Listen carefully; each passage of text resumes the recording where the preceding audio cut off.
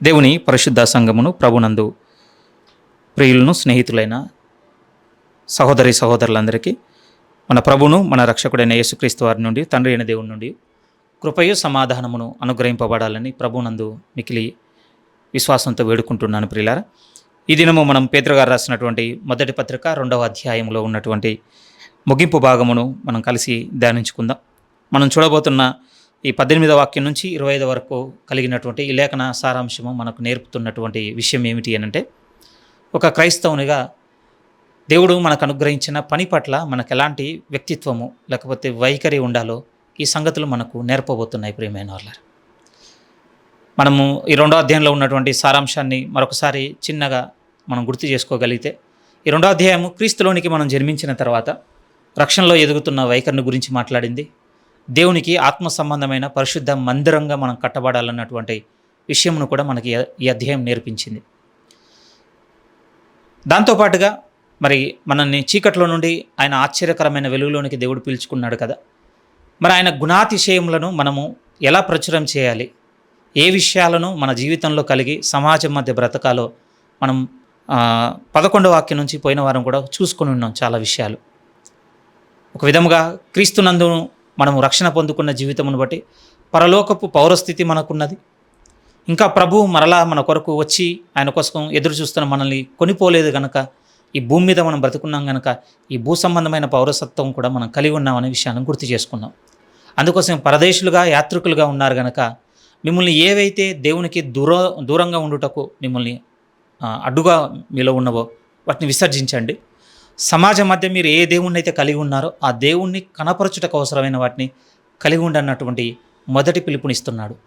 అందులో ఏమున్నది అంటే, క్రీస్తు యొక్క ఆశ్చర్య కార్యములను మన యందు కలిగి ఉన్న స్థితి ఉన్నది. ప్రియమైన వాళ్ళ, ఆత్మకు విరోధముగా పోరాడు శరీరేచ్ఛలు మన అంతరంగమందు ఉన్నాయి. వాటిని విసర్జించాలి. అవి మనకు దేవుణ్ణి దూరం చేస్తున్నాయి. దేవుడు మనకు దూరంగా ఉంటున్నాడు వాటిని బట్టి. కనుక విసర్జించవలసినవి అవి. మరి ఏ దేవుని అయితే ఆరాధిస్తున్నారో ఆ దేవుని యొక్క మహిమను మీరు కనపరచండి. ఏ విధంగా మిమ్మల్ని దుర్మార్గులని దూషించి వారి ఎడల దర్శన దినమందు వారు మిమ్మల్ని బట్టి దేవుని మహిమపరచినట్లు వారి ఎదుట మీ వెలుగు లేకపోతే మీ సత్క్రియలతో మీరు వాళ్ళని ఆకర్షించండి. అందులో మన ఆశ్చర్యకరమైన వెలుగులో ఉన్నటువంటి నడవడిక ఉందన్నటువంటి విషయాన్ని మనం గుర్తు చేసుకున్నాం. దాని తర్వాత మనం సమాజంగా బ్రతుకుతున్న ఇప్పుడున్న పరిస్థితుల్లో మరి ఇప్పుడున్న ప్రభుత్వాలతో మనం ఏ విధంగా నడుచుకోవాలి. ఎందుకంటే మనకు అనుకూలమైనవి కావు ఇప్పుడున్నవి. మనకు బైబిల్ అంతా చెబుతూనే ఉంది, లోకము దుష్టుని యందున్నది. ఉన్న అధికారాలన్నీ ఒక విధంగా వాడి యొక్క చిత్తానుసారమైనటువంటి వైఖరితోనే నడుచుకుంటున్నాయి. ఎందుకంటే ముగింపుకు వెళ్తున్నాయి కనుక. మరి అలా నడుచుకుంటున్నటువంటి అధిపతులతో, రాజులతో, నాయకులతో ఏ విధంగా ఉండాలో ఆనాడు శ్రమ పెట్టబడుతున్న వాళ్ళకు చెప్పాడు. ఈనాడు ప్రభువును విశ్వాసంలో నడుస్తున్న మనకు కూడా చెబుతున్నాడు, మీరు వారికి లోబడవలసిందే, ప్రతి కట్టడకు మీరు లోబడవలసిందే తప్ప మీరు తిరగబడకండి, ఎదురు తిరగకండి, అవిధేయత చూపించకండి. మీకు ప్రభువునందు స్వాతంత్రమే అనుగ్రహింపబడి ఉన్నది. ఇప్పుడు స్వాతంత్రం అనుగ్రహింపబడి ఉన్నది కనుక ఈ స్వాతంత్ర్యమును నా యొక్క దుష్టక్రియలకు నేను ఆధారం చేసుకొని బ్రతుకుతానంటే వీల్లేదు. మనము ఇక్కడ కూడా ఒక ఖచ్చితమైన జీవితమును బ్రతకాలన్నటువంటి విషయాలను గుర్తు చేశాడు వాళ్ళకి. లేదు, మా గవర్నెన్స్ వేరు, మా దేవుడు వేరు, మేము ఆ దేవుని చేత అంటే శక్తిని ప్రభావమును కూడా ఈ భూమి మీద కనపరచగలం గనక మేము చేయగలము అవి చేయగలమని మీరు తిరగబడ్డానికి వీల్లేదు. మీరు ఒకసారి ఆలోచించండి. ఇప్పుడు మనకంటే వీక్ ఏ విషయాల్లో వీక్ అంటే, ఒక సంఘము ఎంత బలము కలిగి ఉందో ఇప్పుడు అర్థం చేసుకోవడము చూడడం రెండు కష్టంగానే ఉన్నాయండి. కానీ మీరు అపోస్తల కార్యం చదువుతున్నప్పుడు అసలు ఎర్లీ టైమ్స్లో చర్చ్ ఎంత పవర్ఫుల్గా ఉండేనండి. దేవదూతలతో మాట్లాడేవారు, స్వస్థతలు చేసేవారు, భాషలతో మాట్లాడేవారు, దేవునితో మాట్లాడేవారు. ఎన్ని అండి సూచక్రియలు, అద్భుతాలు, మహత్కార్యాలు. నిజంగా ఒక మైటీ పవర్ ఉండేనండి ఆ రోజు చర్చ్లో. అంత అథారిటీతో, అంత పవర్తో ఉన్న చర్చ్ లేదు మా గవర్నెన్సే వేరు, అసలు ఈ భూమి మీద దాని మీద మేమెందుకు ఆధారపడాలని పరలోకపు దూతల సమూహమును దింపి ఏదైనా చేయడానికి సిద్ధపడిపోయి ఉంటే. కానీ చేయలేదు కదా. శక్తి ఉన్న వాళ్ళేమో లోబడ్డారు. ప్రియమైన వాళ్ళ, లోబడాలన్న పిలుపుకే వాళ్ళని సమర్పించుకున్నారు. కానీ ఇప్పుడు చూడండి, ఒక విధంగా నిస్సత్తువతో, బలహీనతతో ఉన్న ఈ సంఘం ఇప్పుడు మాట్లాడుతున్న వైఖరే వేరు. అందుకోసమే ఈ పేతురు మాటల ద్వారా మనం నేర్చుకుంటున్నాం, మనము ఆయన చీకటిలో నుండి ఆశ్చర్యకరమైన వెలుగులోనికి వచ్చి ఉన్నాం కనుక ఇప్పుడు ప్రభు యొక్క గుణాతిశయంలోనే మనం కనపరచాలి తప్ప మనము ప్రభులో లేనటువంటి వేరే అతిశయాలు, వేరే గుణములను మనం కనపరచడానికి వీల్లేదు. అందుకోసం ఆ ప్రభు లోబడ్డాడు, ఇప్పుడు మనము కూడా లోబడదాము. ఆయన ఆనాడున్న ప్రభుత్వాలకు, గవర్నెన్స్కి ఆయన కూడా లోబడ్డాడు. అది రోమాది అయితే రోమాది, హీరోది సంబంధం ఏందైతే హీరోది ప్రభు చేశాడు ప్రియమైన వాళ్ళు. అందుకోసే మనకు 11వ వాక్యం నుంచి 17వ వాక్యం వరకు మనము ఏ విధంగా లోబడాలో పోయిన వారం విన్నాం. ఇక ఈరోజు మనం వినబోతున్న సందర్భాలు దేనికి సంబంధించినవి అని అంటే, పని పట్ల మనకు ఉండవలసినటువంటి ఆలోచన ఏమిటి, దేవునితో నడుస్తూ అది కూడా మనం నేర్చుకోవాలి. వాస్తవానికి ఈ పత్రిక మనం మొదలుపెట్టుకున్న దగ్గర నుంచి ఒకే ఒక విషయాన్ని మాటిమాటికి గుర్తు చేసుకుంటున్నాం. శ్రమలో ఉన్నటువంటి క్రైస్తవులకు రాయబడుతున్నాయని. ఎవరికి రాస్తున్నారో మాటిమాటికి గుర్తు చేసుకుంటున్నాం. కానీ ఈ సంగతులను ఎందుకు రాస్తున్నాడు అని అంటే, పేతురు గారు అన్న మాట ఏమిటంటే, ఇదే సత్యమైన కృప అంటాడండి. ట్రూ గ్రేస్ ఇది. 5వ అధ్యాయం 13లో మనం చూసుకున్నాం, అంతే కదా. ఒక్క నిమిషం, 12వ వాక్యం, ఇది ఏ దేవుని సత్యమైన కృప అని సాక్ష్యము చెప్పుచు సంక్షేపంగా రాసి పంపిస్తున్నాను మీ దగ్గరికి. ఇప్పుడు ఈ పేతురు గారు రాస్తున్నటువంటి ఈ మాటల సారాంశంలో అంతా ఏమున్నది అని అంటే, ఒక కృప కలిగిన జీవితం ఉన్నది ప్రియమైన వారలారా. కృప కలిగిన జీవితం ఉన్నది. మనం ఇంకోలా ఊహించుకుంటుండొచ్చు. ఎందుకంటే వేరు సందర్భాల్లో వేరువేరుగా విన్నప్పుడు కృపను గురించి మనకు ఒక అవగాహన ఏర్పడింది ఒక పరిధిలో. ఆ అవగాహనని అన్నిటికీ మనం అప్లై చేసుకుంటూ, ఓకే కృప అంటే ఆశ్చర్యకరమైనటువంటి శక్తి నాకు దొరకాలి, నా జీవితంలో నేను చేయలేనివి, నేను సాధించలేనివి కృపను పొందుకొని నేను చేసేయాలి. ఓకే, మన డిఫికల్ట్ టైమ్స్ గురించి, లేకపోతే మనం అస్సలు బయటికి రాలేనటువంటి ఇబ్బందులలో కృపను మనం అర్థం చేసుకొని ఉండొచ్చు ఆ విధంగా. కానీ పేతురు గారు రాస్తున్నది ఏమిటంటే, ప్రాక్టికల్ లైఫ్లోనికి ఇంప్లిమెంట్ చేస్తున్నాడండి గ్రేస్ని. ఒక క్రైస్తవునిగా మన అనుదిన జీవితంలో మనం బ్రతకవలసినటువంటి విధానంలో కృప ఎలా ఉంటుందని కూడా ఇదే కృప. ఇంకా ఆయన ఎంత క్లెయిమ్ చేశాడంటే, ఇది ఏ సత్యమైన కృప అని మీకు రాసి పంపిస్తున్నాను. అందులో అన్ని రెస్పాన్సిబిలిటీస్ తీసుకొచ్చాడు చూడండి. దేవునితోవి, సమాజంతోనివి, కుటుంబానివి, అన్నిటి పట్టుకొస్తున్నాడు ప్రియమైన వాళ్ళారు. అందుకోసమే ఈ విషయాలన్నీ సఫర్ అవుతున్న వాళ్ళని ఆదరించడానికి రాసినప్పుడు ఇంకోలా రాయాలి కదా. మీరు ధైర్యంగా ఉండండి, వచ్చే శ్రమలు మీకు కొద్దిగానే ఉంటాయి, ఇది జరగబోతుంది, లేకపోతే ఇంకా 4 రోజులు ఓర్చుకున్నారంటే అది పోతుంది, లేకపోతే ఇప్పుడు నన్ను శ్రమ పెడుతుంది నీరో పలానా సమయానికి చచ్చిపోతాడని పరిశుద్ధాత్మ దేవుడు నాకు చెప్పేశాడు, ఆ టైం వరకు ఓర్చుకుంటే మనం సరిపోతుంది. ఇవి రాసిపోతే టెంపరీ, ఆ సమయానికి అవసరమైన రాస్తే సరిపోయేది కదండి. కానీ పంపబడుతుంది వాళ్ళకే, శ్రమలో ఉన్న వారికే. కానీ పేతురు గారు చెబుతున్న మాటలు ఏమిటి అని అంటే, ఒక సత్యమైన కృపను పరిచయం చేస్తున్నాడు కనుకనే వీటన్నిటిలో మన నడవడిక ఇలా ఉండాలని చెప్పుకుంటూ వస్తున్నాడు. అందుకోసం ఇప్పుడు పని సెక్షన్ మాట్లాడుతున్నాడు ప్రియమైన వాళ్ళ. ఇది నా అనుభవ రాహిత్యం ఉంటుందండి ఇందులో. ఎందుకంటే పెద్ద అంటే వయసు పరంగా కావచ్చు, లేకపోతే ప్రాక్టికల్గా నేను చేసే పని పరంగా కావచ్చు, చాలా తక్కువ అవగాహన నాకు. కానీ సేవకుల ఉపదేశం చేతను, వాక్యమును మాటిమాటికి చదువుటను బట్టి పొందుకున్న దేవుని కృపచేతను మీకు చెప్పబద్దుని ప్రియమైన వాళ్ళారా. ఇంకొక మాట కూడా చెప్తానండి ఈ చిన్న పోర్షన్ గురించి. 18 నుంచి 25 వరకు ఉన్న ఈ పోర్షన్ అండి, నాకు నా అండర్స్టాండింగ్ ప్రకారం పేతురు గారు రాసిన ఈ 5 అధ్యాయాల్లో ఉన్న భాగంలో అత్యంత ముఖ్యమైనటువంటి సందర్భం ప్రియమైన వాళ్ళారా. ఇది చాలా ముఖ్యమైనదండి. ముందే అన్నాను కదా, నా అనుభవ రాహిత్యంతో సరిగ్గా మీకు కన్వే చేయలేకపోవచ్చు. బట్ సంఘమైన మీకు చెప్తున్న మాట ఏమిటంటే, చాలాసార్లు వింటాం ఇక దీన్ని మనం ఫర్దర్గా, ఆ తర్వాత చాలాసార్లు వినబద్దులుగా ఉన్నాం కూడా. అంత ముఖ్యమైన భాగం ప్రియమైన వాళ్ళ. ఎందుకంటే మన జీవితాన్ని విడగొట్టుకున్నాం అనుకోండి, 3 రకాలుగా కనపడుతుంది. ఒకటి నిద్ర, రెండోది పని, మూడోది మన డైలీ లైఫ్, మన డైలీ హ్యాబిట్స్ అనుకోండి, తినడము, మన పనులు, ఇంటి పనులు, చిన్నవి సంథింగ్ అట్లా 3 భాగాలుగా చూడొచ్చు ప్రియమైన వాళ్ళ. 1/3 అండి నిద్ర ఉంది నిజంగా మన జీవితంలో. 60 ఏళ్ళలో 20 ఏళ్ళు నిద్ర తప్పదు.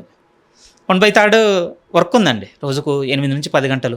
మీరే ఆలోచించండి, సంవత్సరానికి ఎన్ని పని గంటలు. మన ఆయుష్కాలంలో అది కూడా ఒక 30% ఉందండి. ఆ తర్వాత ఇక మన దైనందిన జీవితం అంటే డైలీ లైఫ్, వాటికి సంబంధించినటువంటి రొటీన్స్, అదొక పార్ట్ ప్రియమైన వాళ్ళ. ఒకవేళ మనం ఏం ఆలోచిద్దాం అని అంటే, దేవునికి మన పని విషయంలో శ్రద్ధ లేదు. ఎందుకంటే నేను ఒకప్పుడు నడిచినటువంటి విశ్వాసంలో అది ఉండే నాకు. ఈ భూ సంబంధమైన దాంతో దేవునికి సంబంధం లేదు. కాబట్టి ఏదో ఒకటి చేస్తూ మనం దేవుని పని మీద ఉన్నామా, ఆ పని సంపూర్తి చేసామా, మనం చనిపోయిన తర్వాత పరలోకం వెళ్ళిపోవాలి, ఈ ఆలోచనతో ఉండేది. సో అలాంటప్పుడు ఎలాంటి వ్యక్తిత్వం ఎదిగుండే అంటే పని పట్ల భద్రత అంటే బాధ్యత లేకపోవడం, శ్రద్ధ లేకపోవడం, చేస్తున్న పని పట్ల నీతి, నైతికత ఇలాంటివి ఉంటాయి కదా, మోరల్ వాల్యూస్ ఉండకపోవడం. ఆ తర్వాత చేస్తున్న పని పట్ల ఒక డ్యూటీ మైండ్ సెట్ ఉంటుంది కదండి, అవన్నీ ఉండకపోవడం. ఎందుకు అలవాటు పడతాయంటే మనకి ఇది చేస్తుంది ఎవరికో, ఇక బతకడానికి పొట్ట కొరకు బతకాలి కనుక ఏదో ఒక పని చేసుకోవాలి. ఈ చేసేదాని పట్ల మనం ఎందుకు ఇంత పంక్చువల్గా ఉండాలి, లేకపోతే ఒక క్రిస్టియన్గా ఎందుకు ఉండాలి అసలు?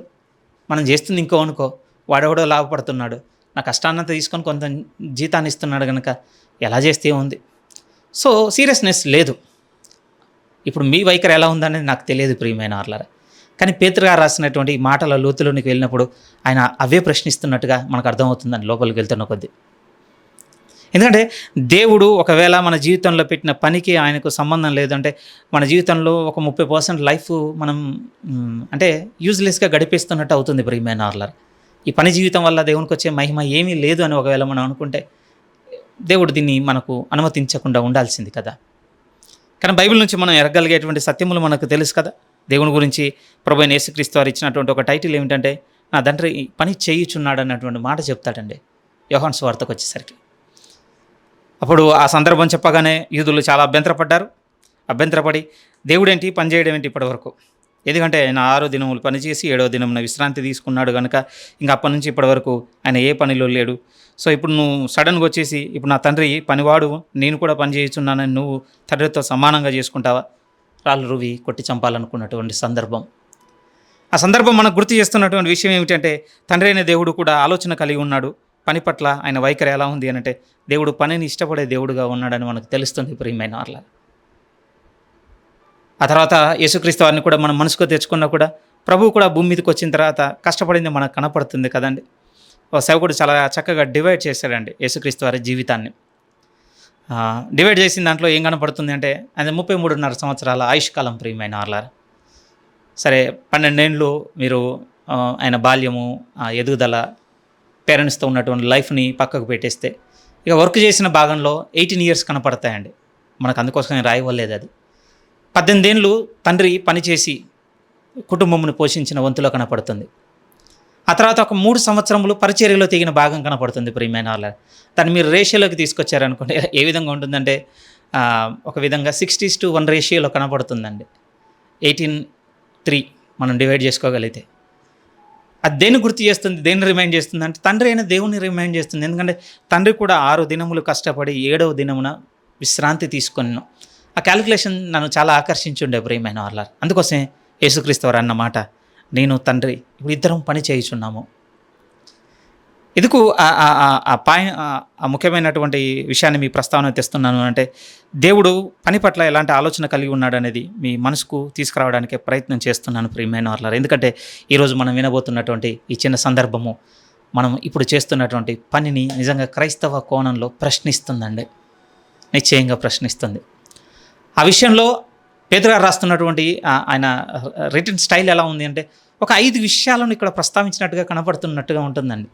చూద్దాం 18 నుంచి. ఫస్ట్ గ్రీటింగ్ వర్డ్ చూడండి ఎలా ఉంటుందంటే, పనివారలారా. ఉదాహరణకి ఇలా అనొచ్చు, సహోదరులారా మీరు చేస్తున్న పని ఇది అని అట్లా చెప్పి ఉండొచ్చు కదండి. కానీ ఒక విధంగా గ్రీటింగ్ వర్డ్గా వాడుతున్నాడు చూడండి, ప్రియులారా, సహోదరులారా అన్నట్టు, పనివారలారా.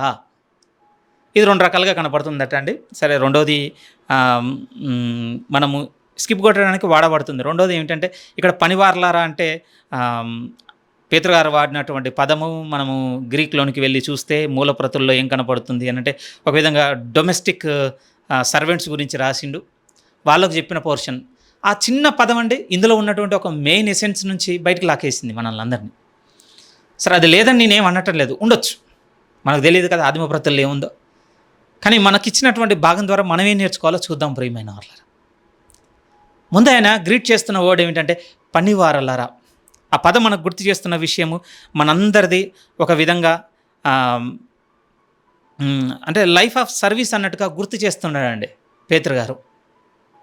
మన జీవితమే పనితోని, సేవతోని, లేకపోతే పరిచారముతోని ముడిపడి ఉన్నది అన్నట్టుగా గుర్తు చేస్తున్నాడు. ఒప్పుకోవాల్సిందే. ఏ విషయంలో ఒప్పుకోవాలంటే, ఈ మాట పంపబడుతున్నటువంటి ఆనాడు ఉన్నటువంటి క్రైస్తవులన్నీ నిజంగా అప్పటికండి రోమా ప్రభుత్వ కాలంలో రోమా ప్రభుత్వం కింద నిజంగా బానిసలుగానే బతుకుతున్న వాళ్ళటండి. క్రైస్తవులు అయి ఉండొచ్చు, కానీ వాళ్ళు అప్పటికి ఏ విధంగా ఉన్నవారంటే బానిసత్వంలోనే ఉన్నవారు. చరిత్రకారులు అనే మాట ఏమిటి అని అంటే, ఈ ఈ లెటర్ రాసినటువంటి ఆ టైం పీరియడ్లో అన్నట్టండి రోమా సామ్రాజ్యంలో ఎంతమంది బానిసలు ఉండేనట్టంటే సగటున సుమారుగా 60 మిలియన్లు, అంటే ఒక 6 కోట్ల మంది వరకు బానిసలు ఉండేనట్టండి ఆ రాజ్యంలో. దాని అర్థం ఏంటంటే ప్రతి ముగ్గురులో 2 బానిసలే. బానిసలు అని అంటే ఒక దేశానికి వెళ్ళడము, అక్కడ యుద్ధం గెలవడం, అక్కడ నుంచి వీళ్ళకు ఉపయోగపడతారు పనికో, ఇంకో దానికని పట్టుకొచ్చేవాళ్ళు.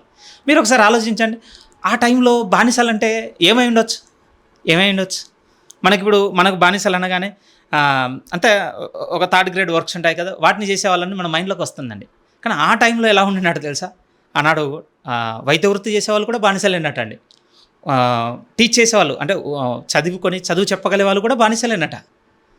నాకు విచిత్రం అనిపించింది. ఈరోజు అవి మనకు హై గ్రేడ్లో కనబడుతుండొచ్చు, అబ్బో ఇవి చాలా పెద్దవి అని. కానీ ఆ టైం కండి వేరే రాజ్యాల నుంచి పట్టుకొచ్చిన వాళ్ళందరినీ లోపల పడేసుకొని వాళ్ళ రాజ్యంలోని కలిపేసుకొని వీళ్ళు ఏం పని చేయకపోయేదటండి. రోమా పౌరులు అన్నీ ఇలా బయట నుంచి పట్టుకొచ్చినటువంటి సమూహం ఉంది కదా, వాళ్ళలో వాళ్ళ ఎబిలిటీని బట్టి దేనికి పనికొస్తారో దానికి నియమించి దానికి వాడుకునేవారట. అలా ఉన్నవాళ్ళు ఎంతమంది అంటే సుమారు ఇక్కడ చెప్తున్నాడు, మనం చూడగలిగితే ఒక 60 మిలియన్ల వరకు ఉండేనట్టండి. అందులో క్రైస్తవులు కూడా ఉన్నారు. ఇంకా క్లియర్గా చెప్పాలంటే 1st సెంచరీ చర్చి చాలా వరకు బానిసలతో నిండి ఉన్నటువంటి సంఘం, ప్రియమైన వాళ్ళ. అందుకోసమే వాళ్ళకేం అది ఒక డౌన్ గ్రేడ్ పిలుపులాగా ఏం అనిపించలేదండి. ఇప్పుడు ఎవరు పిలిపించుకోవడానికి ఇష్టపడుతున్నారు చెప్పండి? మీరు నన్నే ఉండి ఓ పనోడాన్ని పిలిచారనుకోండి, నా మనసు యాక్సెప్ట్ చేసి అంత ట్యూన్ అయింది అనుకుంటున్నారా? ఇంకా రాలేదండి. నేను నేర్చుకోవాల్సింది ఇప్పటి నుంచి నాకు మొదలవ్వాలి. ప్రియమైన వాళ్ళు, మీకు కూడా ఎవరినైనా మీరు అంటే మనం ఉన్నటువంటి ఈ సోషల్ లైఫ్ని బట్టి, మన దగ్గర ఉన్న ఎబిలిటీని బట్టి మనము అంటే అప్వర్డ్నే చూస్తున్నాం తప్ప డౌన్వర్డ్ ఎవరం కూడా కోరుకోవటం లేదు. అలాంటి పిలుపుని కూడా డైజెస్ట్ చేసుకోలేకపోతున్నాం. అంత దూరం ఎందుకంటే పిలుపు దాకేందుకు? కంటి చూపులో చిన్న చేంజ్ ఉంటేనే ఇబ్బంది పడుతున్నామండి. నన్ను తక్కువ చేసి చూశారు, ఓవర్లుక్ చేసారు, లేకపోతే పట్టించుకోలేదు, ఎలాంటి ఫీలింగ్స్ ఉన్నాయి చూసారా?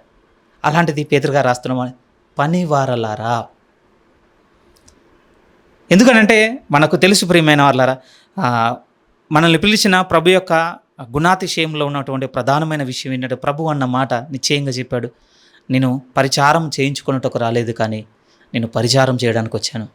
నేను మార్క్స్ వార్త 10లో చదివిన కనపడుతుంది, యోహాను వార్త 13వ అధ్యాయంలో చదివిన కనపడుతుంది, శిష్యుల పాదాలు కడిగినప్పుడు మీకు అన్ని సువార్తల్లో కనపడుతుంది కదా. ఈవెన్ పాత నిబంధనలో ప్రవచించిన ప్రవక్తలు కూడా యేసుక్రీస్తు వారి గురించి చెప్పినప్పుడు అన్న మాట ఏమిటో తెలుసా? 53వ అధ్యాయం మనకు తెలుసు, క్రీస్తుని గురించిన ప్రవచన అధ్యాయం. నా సేవకుడు అని మాట్లాడుతుంటాడండి 52, 53 అధ్యాయాలు. అసలు ఆల్మోస్ట్ యెషయా 40 నుంచి ఎండింగ్ వరకు ఉన్న దాంట్లో మెయిన్ టైటిల్ ఏంటో తెలుసా?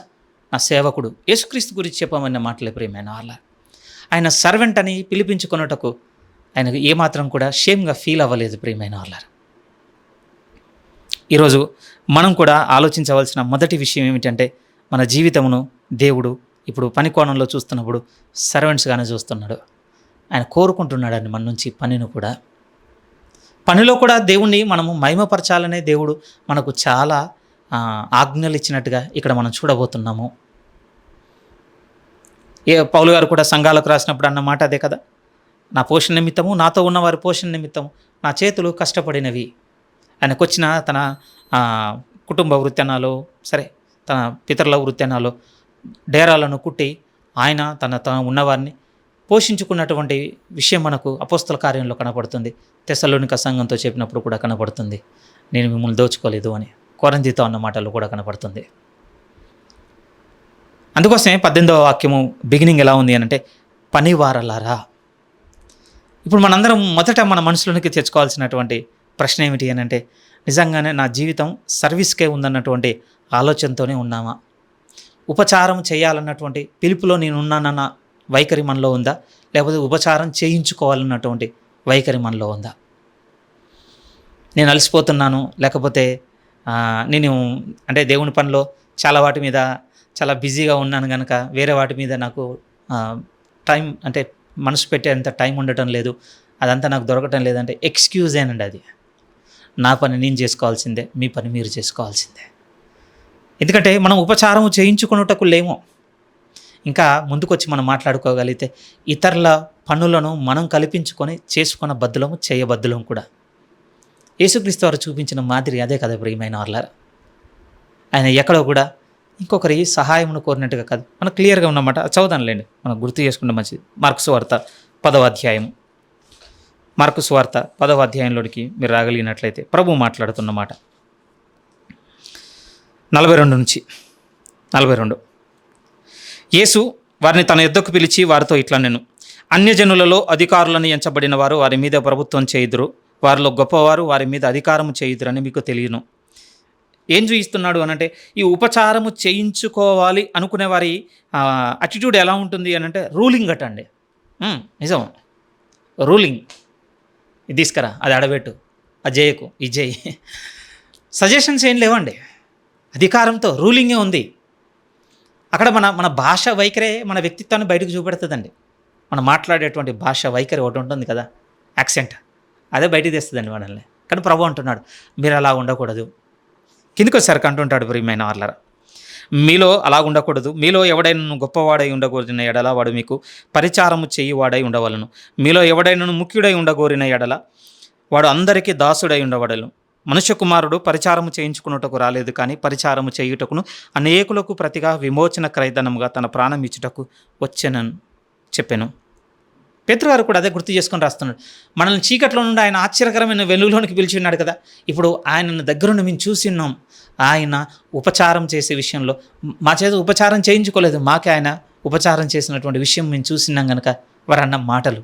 ఇదిగో ఇప్పుడు మనం పనివారులుగా ఉన్న మన జీవితం కూడా ఉపచారం చేయటకు ఉందన్నటువంటి వైఖరిలో ఉండాల్సిందే. మనము అది అలవాటు చేసుకోమని చెప్తున్నాడండి.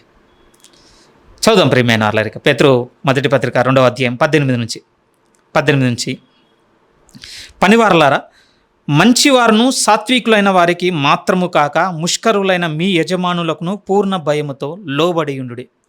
ఏమండి, మన జీవితం సర్వీస్కి ఉందని అంటే పరిచారం చేయటకు ఉందన్నటువంటి విషయం మనకు అర్థమైన తర్వాత సెకండ్గా మనకు కావాల్సిన స్టెప్ ఏముంటుందో తెలుసా అంటే పనివాడుగా ఉన్నవాడు ఎప్పుడూ కూడా మన మీదున్న వానికి లోబడి ఉండవలసిందేనండి. బానిస ఉన్నాడు అనుకోండి, ఇక్కడ టేక్ ఫర్ ఇన్స్టెంట్ బానిసగానే తీసుకున్నాం. పేతురుగారు రాస్తున్న ఇంటెన్షన్లు కూడా అంటే ఇక్కడ పనివార్లారాన్ని గ్రీట్ చేస్తున్నప్పటికీ బానిసలుగానే రాస్తున్నాడు ప్రియమైన వార్ల. ఎందుకంటే ఆనాడున్న క్రైస్తవులు అందరూ చాలా వరకు అలానే ఉండేనండి. రోమా ప్రభుత్వం కింద ఉన్న వారందరూ బానిసలే అప్పుడు.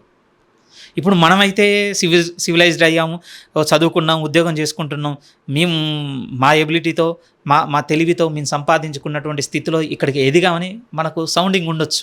సో మనం ఏ పదానికి బాగా దూరం వెళ్ళిపోతామంటే నేను బానిసని అనుకోవడానికి మనం ఎవరం కూడా అంత ఈజీగా అగ్రీ చేయండి. ఎందుకంటే ప్రభువులోనికి వచ్చినటువంటి ఈ లాస్ట్ 2 yearsలో నేను నేర్చుకున్న పదం అండి.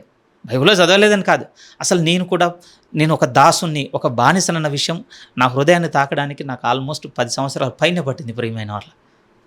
అప్పుడు నన్ను టచ్ అయిన పదాలు వేరుండేనండి. నేనే రాజని టచ్ అయి ఉండే. అసలు రాజు ఏంటి, ఇంకొంచెం ముందుకొచ్చి అంటే సిగ్గుపడుతూ చెప్పుకోవాల్సిన మాట, ఇంకా నేనే దేవునితో సమానం అన్నంత వైఖరిలో ఉండే. ఎందుకంటే అప్పుడు ఆ పదాల కళ్ళతో చూసాం. నాలో ఉన్నటువంటి పాప స్వభావంతో ఆ పదాలు వింటున్నప్పుడు అవే ఆకర్షించాయి.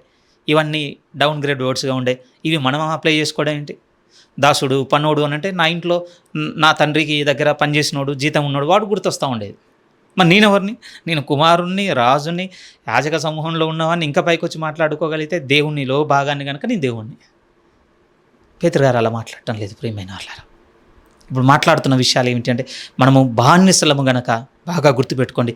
ఇప్పుడు మనకి ఇంకొక మన జీవితంలో ఏముంది అంటే లోబడేటువంటి జీవితం మనది. లైఫ్ ఆఫ్ సబ్మిషన్, లోబడేటువంటి జీవితము. కాబట్టి ఈ పదాన్ని తీసుకోగలమా? ఇప్పుడున్న మన విశ్వాస పరిమాణంలో ఈ పదాన్ని మనం తీసుకోగలమా? మనం లోబడి ఉండుటకే తీసుకోగలుగుతున్నామా? ఎందుకంటే ఇప్పుడు కొన్ని పదాలు మనకు బాగా అలవాటు పడ్డాయండి. బాగా అంటే బాగా. ఆ పదాల్లో కొన్ని పదాలు ఏంటి? స్వేచ్ఛగా బ్రతకాలన్నటువంటి పదం, ఫ్రీడమ్. ఆ తర్వాత ఇంకొక పదం ఏం చెప్పాలంటే నాకు నచ్చింది నేను చేయాలి కదా, నాకు నచ్చింది నేను చేసుకోవాలి కదా. ఇవి మనం బాగా జీర్ణించుకున్నటువంటి పదాలు ప్రియమైన వాళ్ళారా. ఎక్కడి నుంచి వచ్చాయి ఇవి? మనం చీకట్లో నుండి వెలుగులోనికి పిలిచిన ప్రభు అయితే కావండి ఇవి. ఎందుకంటే ఆయనలో అవి లేవు ప్రియమైన వాళ్ళారా. మరి ఎక్కడివి?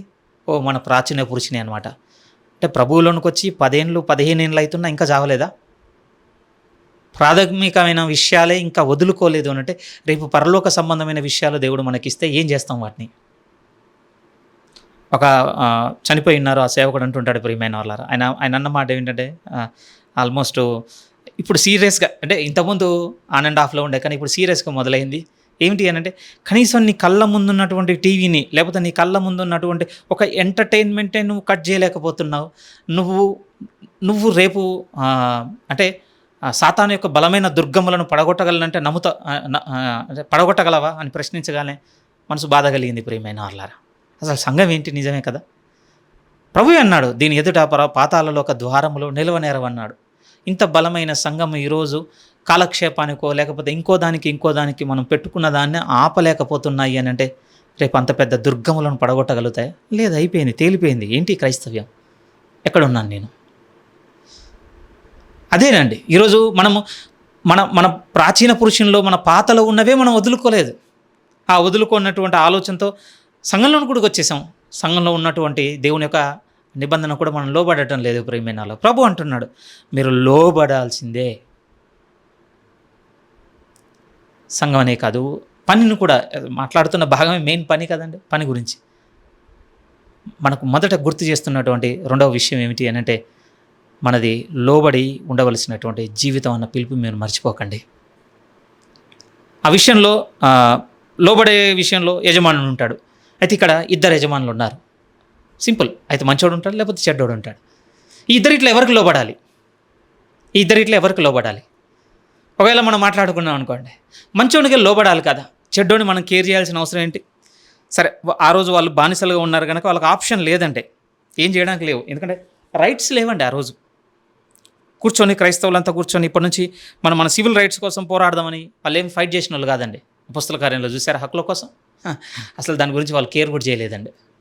ఎందుకంటే వాళ్ళు ఇంకొక రాజ్యం కొరకు ఎదురు చూస్తున్నవారు, ఇంకొక రాజుతో బతకాలని గురి కలిగి ఉన్నవారు కనుక ఇప్పుడున్నటువంటి ఈ చీకటి సంబంధమైన రాజ్యం కోసం కావచ్చు, ఈ చీకటి సంబంధమైన రాజుల కోసం ఎదురు చూసిన వాళ్ళు కాదు వాళ్ళు ఇశ్రాయేల్లా. అందుకోసం నేను కేర్ చేయలేదండి. దేవుడు ఏం చెప్పాడు? ఈ లోకంలో ఇలానే ఉందాం, అయిపోయా. ఎంతకాలం ఉండేది? ప్రభు వచ్చేస్తే దీన్ని తీసేస్తాడు కదా. కానీ ఇప్పుడు చూడండి, అంతా మారిపోయింది. ఇప్పుడు మనం అసలు బానిసలే కాదు. సో బానిసలం కాదు కనుక ఇప్పుడు మనం ఏంటి అంటే ఒకరికి లోబడి ఉండాలి. లోబడి ఉండేది అంటే మనకు అనుకూలంగా ఉన్నంతో అంటే వేసందాం, మనకు ప్రతికూలంగా ఉన్నంతో మనం ఎందుకు వేసంటాం?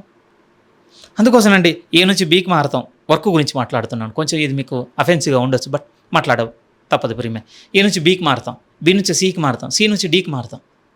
ఎందుకు మారుతున్నామంటే అందులో మన ఫీజిబిలిటీ ఉంటుందండి. మన అనుకూలతలు, మన సౌకర్యాలు, మన ప్రయారిటీసు, మనకు వచ్చేటువంటి గుర్తింపులు, ఇవన్నీ ఉన్న దగ్గర ఉండడానికి ఆలోచిస్తున్నాం. అవి దూరం అయిపోయే దగ్గర దూరం అవ్వడానికి ఆలోచిస్తున్నాం, ప్రియమైన వాళ్ళారా. కానీ ఒకసారి మీరు ఆలోచించండి, ఇందులో లోబడి ఉండవాలన్నటువంటి ఆలోచన ఏది?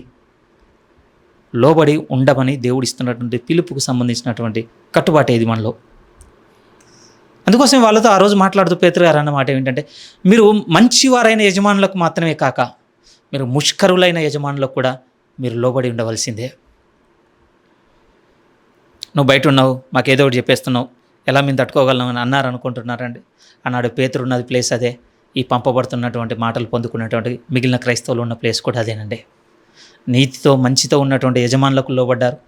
ముష్కరులైనటువంటి, క్రూరులైనటువంటి, కఠినలైనటువంటి, ఒక విధంగా ఒక విధంగా ఏమంటామని నియంతృత్వం అంటాం కదా, అలాంటి వాళ్ళకు కూడా లోబడ్డారు, ప్రియమైన వాళ్ళారా. అందుకోసమే మొదటిది మన జీవితమే పరిచారము, సర్వీస్ అని మొదటిది గుర్తు చేసిన తర్వాత రెండోది ఏమిటి అంటున్నాడంటే, ఇప్పుడు ఈ సర్వీస్ చేసేటువంటి ప్రయాణంలో, ఈ మార్గంలో ఇప్పుడు మన యజమానులకు మనం లోబడవలసి ఉన్నది, లోబడాల్సింది. ఈవెన్ తీతు పత్రికలో కూడా చాలా చాలా స్ట్రాంగ్ వర్డ్స్ ఉంటాయండి. ఒకసారి చూడండి, తీతు పత్రిక 2వ అధ్యాయము, తీతు పత్రిక 2వ అధ్యాయం 9వ వాక్యం నుంచి చూడండి. 9వ వాక్యం, దాసులైన వారు అన్ని విషయములందు మన రక్షకుడగు దేవుని ఉపదేశమును అలంకరించినట్లు తమ యజమానులకు ఎదురు మాట చెప్పక, ఏమియూ అపహరింపక, సంపూర్ణమైన మంచి నమ్మకమును కనపరచుచు అన్ని కార్యముల యందు వారిని సంతోషపెట్టుచు వారికి లోబడి ఉండవలనని వారిని హెచ్చరించుము. ఎలాంటి వర్డ్స్ రాస్తున్నారు చూసారా పౌలు గారు కూడా. ఇద్దరిది సేమ్ స్టాండ్, ఎందుకంటే దేవుని స్టాండ్ ఇది కనుక. వీళ్ళని ప్రేరేపించి రాయించింది పరిశుద్ధాత్మ దేవుడు కనుక దేవుని స్టాండ్ ఏమిటి అంటే, యజమానులకు దాసులు లోబడి ఉండవలసిందే.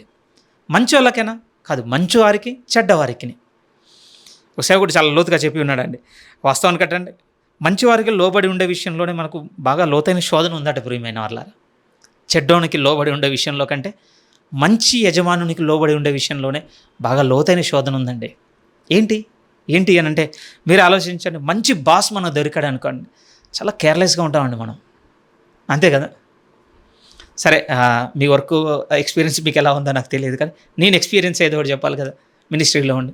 ఇప్పుడు నా సంఘ కాపరి, నాకు సంఘం మీద పాదిరిగా ఉన్న ఆయన నాతో ఒక మంచి వ్యక్తిత్వము, అంటే ఎవరిని నొప్పించకుండా, బాధ పెట్టకుండా, పరులది దోచుకోకుండా, పరులకు భారంగా ఉండకుండా, ఇంకా ఇతరులకే సాయం చేసేటువంటి కాపరి నాకు దొరికాడు అనుకోండి. అలుసు అదే స్ట్రిక్ట్గా ఉండే, అంటే నువ్వు జస్తే చావు దశంభాగం వేయాలి, నువ్వు జస్తే చావు కూడికి రావాలి, నువ్వు ఏమన్నా నాశనంగా, కానీ ఖచ్చితంగా దీనికి నువ్వే ఫస్ట్ ప్లేస్ ఉండాలి, ABCD అని నా మీద ఒక హార్డ్ మాస్టర్గా ఉండి డిక్టేట్ చేసిండు అనుకోండి. మీరు చెప్పండి, నేను ఎవరికి అంటే ఎవరికి లోబడే విషయంలో జెన్యూన్గా ఉంటాను? అంటే చెడ్డోని విషయంలో వీడు అసలే చెడ్డోడు, ఇంకా ప్రతిగా మళ్ళీ నేను లోబలేదనుకో ఇంకా డబల్ అవుతుందని చేసేదో ఒళ్ళు దగ్గర పెట్టుకొని చేద్దామన్న వైఖరాన్ని ఉంటుందండి. కానీ మంచి యజమానుడు మనకు దొరికాడు అనుకోండి, మీరు చూడండి ఎంత అలుసుతనము, పనిలో కూడా శ్రద్ధ లేకపోవడం. పర్లేదులే ఈరోజు సరిగ్గా చేయకపోయినా ఏమన్నాడు ఆయన, లీవ్ పెట్టడం, స్కిప్ కొట్టడం, పని కోసం అంటే కొరతగా చేయడం, హాఫ్ సగం చేయడం, మేనేజ్ చేయడం, ఇవే అలవాటు అయిపోయినాయి అట్లా. నిజంగా కొన్ని మనకు రిలేటబుల్గా ఉన్నాయి కదండి. ఇప్పుడు మీ వర్క్లో కూడా కొన్ని రిలేటబుల్గా ఉన్నాయి కదా. మెంటల్ వాడు ఉన్నాడు అనుకోండి, మెంటల్ ఇన్ ద సెన్స్ ఒకలాంటి ఏది కూడా కొంచెం కూడా కన్సర్న్ చూపించకుండా వాడిని బుర్రలో తిరిగిన దాన్నే మన మీద రుద్దేటువంటి బాస్ మన మీద ఉన్నాడు అనుకోండి, వాడు ఏది చెప్తుంది, ఏ టైం చెప్తుంది, ఎంత చెప్తే అంత చేస్తూ ఉండే. కొంచెం సాఫ్ట్ హార్టెడ్గా ఉండి, అయ్యో వాళ్ళు ఈరోజు అతను హెల్త్ బాగాలేదనో, లేకపోతే ఫ్యామిలీలో పరిస్థితులు బాగాలేవనో, లేకపోతే స్ట్రగుల్ అవుతున్నాడనో, ఇంకేదో ఉందని మన పట్ల కొంచెం కన్సర్న్ చూపించేటువంటి బాస్ ఉన్నాడు అనుకోండి, ఇంకంతే లైసెన్స్. కానీ పేతురు గారు రాస్తున్న మాటలు ఎలా ఉన్నాయి అని అంటే, మీరేదో పాజిటివ్గా ఉన్న వాళ్ళకి పాజిటివ్గా ఉండండి, నెగిటివ్ ఉన్న వాళ్ళకి అలా ఏం చెప్పడం లేదండి. ఒక క్రైస్తవునిగా మీరు ఎలా ఉండాలో గుర్తు చేస్తున్నాడు ఆయన ఏమంటున్నాడు అని అంటే, మీరు మంచివారైన యజమానులకు మాత్రమే కాక ముష్కరులైన యజమానులు కూడా మీరు పూర్ణ హృదయంతో లోబడి ఉండవలసిందే. ఇలా మనం లోబడి ఉంటున్నప్పుడు అండి ఖచ్చితంగా ప్రియమైన వాళ్ళారా సఫరింగ్ ఎదుర్కొంటామండి, అంతే కదా. ముష్కరుడైన యజమానుడు ఉన్నాడు అనుకోండి, పోనీలే నేను 9కి రమ్మంటే 9కి వస్తున్నాడు, నేను ఎంత పెద్ద పని ఇచ్చినా చేస్తున్నాడు, పోనీలే అని అనుకుంటున్నారా? ఉండడండి. ఈవెన్ విశ్వాసమందు వృద్ధిని రూపం ఎదిగించమన్నప్పుడు కూడా ప్రభు చెప్పిన పారబుల్లో కూడా అంటే యజమాని నేచర్ చెప్తాడండి. ఆ యజమానుడు ఉదయం నుంచి పని చేస్తున్నాడు కదా నా పనుడు, నాకంటే నేనైతే ఇంటి దగ్గర నుంచి అఫీషియల్గా వచ్చాను ఎంక్వైరీకి, పోనీ వీడు ఎండలో పని చేస్తున్నాడు కనుక టైం చూస్తే భోజనం టైం అయింది కనుక పోయి నువ్వు ముందు భోజనం చేసిన తర్వాత నాకు వచ్చి భోజనం పెట్టి అంటాడు అన్నాడా? లేదు ప్రియమైన వాళ్ళ ఏమన్నాడు తెలుసు, ముందు నాకు వడ్డించి నాదంతా అయిపోయిన తర్వాత వెళ్ళి నువ్వు తిను. ఏం గుర్తు చేస్తుందండి అక్కడ? ఇప్పుడు మంచోడు కావచ్చండి, చెడ్డోడు కావచ్చండి. బాగా వినండి ప్రియమైన వాళ్ళ, ఒక క్రైస్తవునిగా దేవుడు మనకిచ్చినటువంటి విలువలతో మనం లోబడుతున్నప్పుడు శ్రమనందుతాము. 3వ పార్ట్ అదే రాస్తున్నాడు పేతురు గారు. ఇప్పుడు చూడండి, పేతురు గారు రాసిన మొదటి పత్రిక 2వ అధ్యాయం మనం 19 చూడగలిగితే 18లో ఉన్నాడు, పనివారులారా మంచివారును సాత్వికులైన వారికి మాత్రం కాక ముష్కరులైన మీ యజమానులకు పూర్ణ భయముతో లోబడి ఉండుడి. ఎవడైనను అన్యాయముగా శ్రమ పొందుచు దేవుని గూర్చిన మనస్సాక్షి కలిగి దుఃఖము సహించిన ఎడల అది హితమగును. తప్పిదమునకై దెబ్బలు తినినప్పుడు మీరు సహించిన ఎడల మీకేమి గనము? మేలు చేసి బాధపడినప్పుడు మీరు సహించిన ఎడల అది దేవునికి హితమగును. ఇందుకు మీరు పిలువబడితిరి.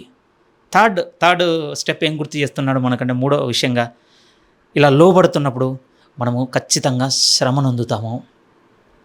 అయితే బాగా గుర్తుపెట్టుకోండి, ఏ విషయాల పట్ల శ్రమనొందడానికి మీరు మీ జీవితం నడిపించుకుంటున్నారు ప్రభుత్వం. మీరు అన్యాయంగా శ్రమనుందేని అనుకోండి, అది మీకు హితము. ఉదాహరణకి ఇలా మాట్లాడుకుందాం ప్రియమైన, ఈ లేఖన భాగము మిమ్మల్ని ఎందుకు ఆకర్షించింది? లేదు, రేపటి నుంచి నా వర్క్ ప్లేస్లో ఎలాంటి పరిస్థితులు ఉన్నా సరే దేవుడు నా పని విషయంలో నన్ను ఇలా ఉండమన్నాడు అనేటువంటి ఆలోచన కలిగి ఇక బాస్కి నేను రేపటి నుంచి ఒబే అవుతాను, అతను ఏం చెప్తే అది చేస్తాను, ఎంత చెప్తే అది చేస్తాను, ఎలా అంటే అలా చేస్తాను మీరు డిసైడ్ అయిపోయారనుకోండి. ఇన్ని రోజులు అంటే మనం అంటే కుయుక్తితోనూ వంచనతోనూ క్రుగ్గా ఉన్నప్పుడు సరే నేను చెడు చేసిన కనుక నా పట్ల ఇతను ఇంత హార్ష్గా ఉన్నాడు, సరే బ్యాలెన్స్ అయిందని మన మైండ్లో ఉంటుండొచ్చు అక్కడో ఇక్కడ హియర్ అండ్ దేర్. కానీ మనం జెన్యూన్గా ఉంటున్న తర్వాత కూడా మన పట్ల హార్ష్గా ఉంటున్నాడు అనుకోండి, అప్పుడు మన నుంచి ఒకటి రేజ్ అవుద్దండి క్వశ్చన్. మనం ప్రభుత్వం ఇప్పుడు చేస్తున్నాం బేరం అలాంటిది ప్రియమైన వాళ్ళారు.